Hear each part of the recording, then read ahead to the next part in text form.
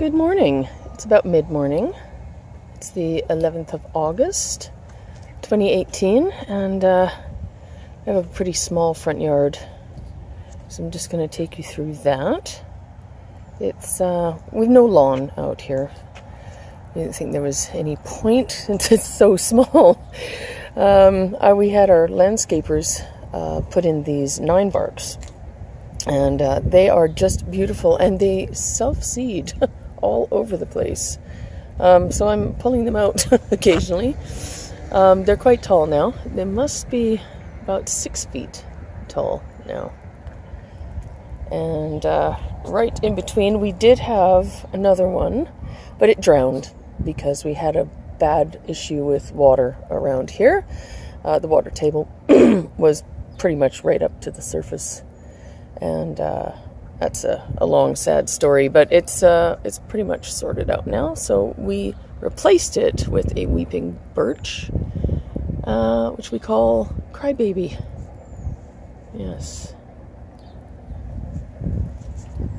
And there's a barberry that's really not doing very well. It comes back every year, bless it, but I think that's got to go. This is a beautiful decorative grass. Right now it's about 5 feet high. It's called Rain Dance. It's got some interesting seed heads. Maybe we'll get around this way to show you. And it's very elegant, very graceful. And then we have our purple emperor sedums here. They're good, faithful plants, and they are just getting bigger and bigger every year. That is a little annual bed I put in so that I could have something different there every year. The rest of this garden is perennial, other than the 2 containers. These are dahlias.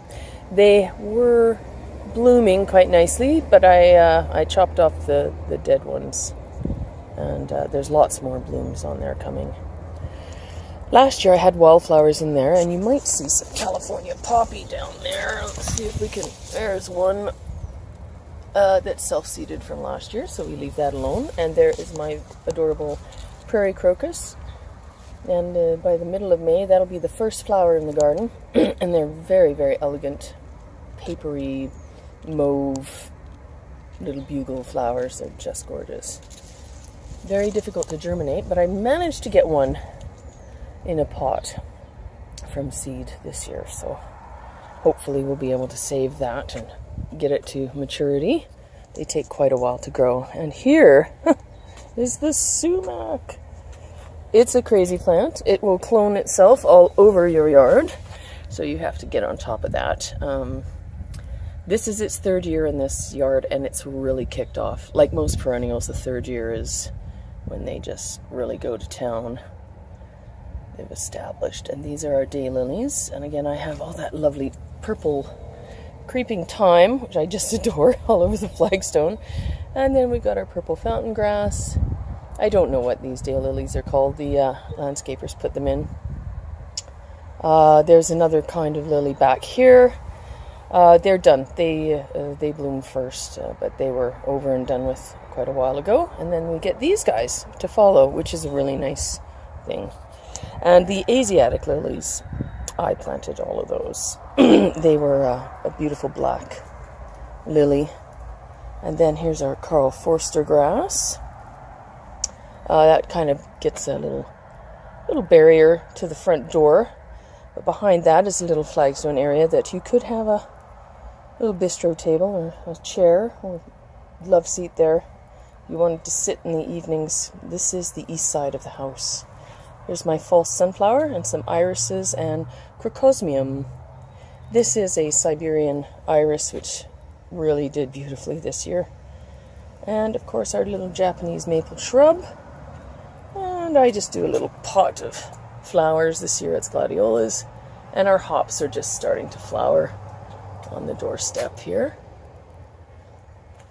Around the other side is an empty lot full of weeds, which we do battle with every year. But that's okay. That's why that plastic is down, to try and keep them as far away as possible. So there's the hops climbing up the railing there. And And they're trying to make their way. They're very unruly this year. I like them. And that thyme, it gets everywhere, which is a good thing. Better than dandelions and thistles. And here's the calendula. I have been a little remiss on deadheading for the last 2 days, and look how many seed heads there are. So I might just leave them, and I think I'm going to harvest them when they go brown, and I'm going to save these seeds for next year. Yep, and that is the end. Oops! Of our garden. Thank you.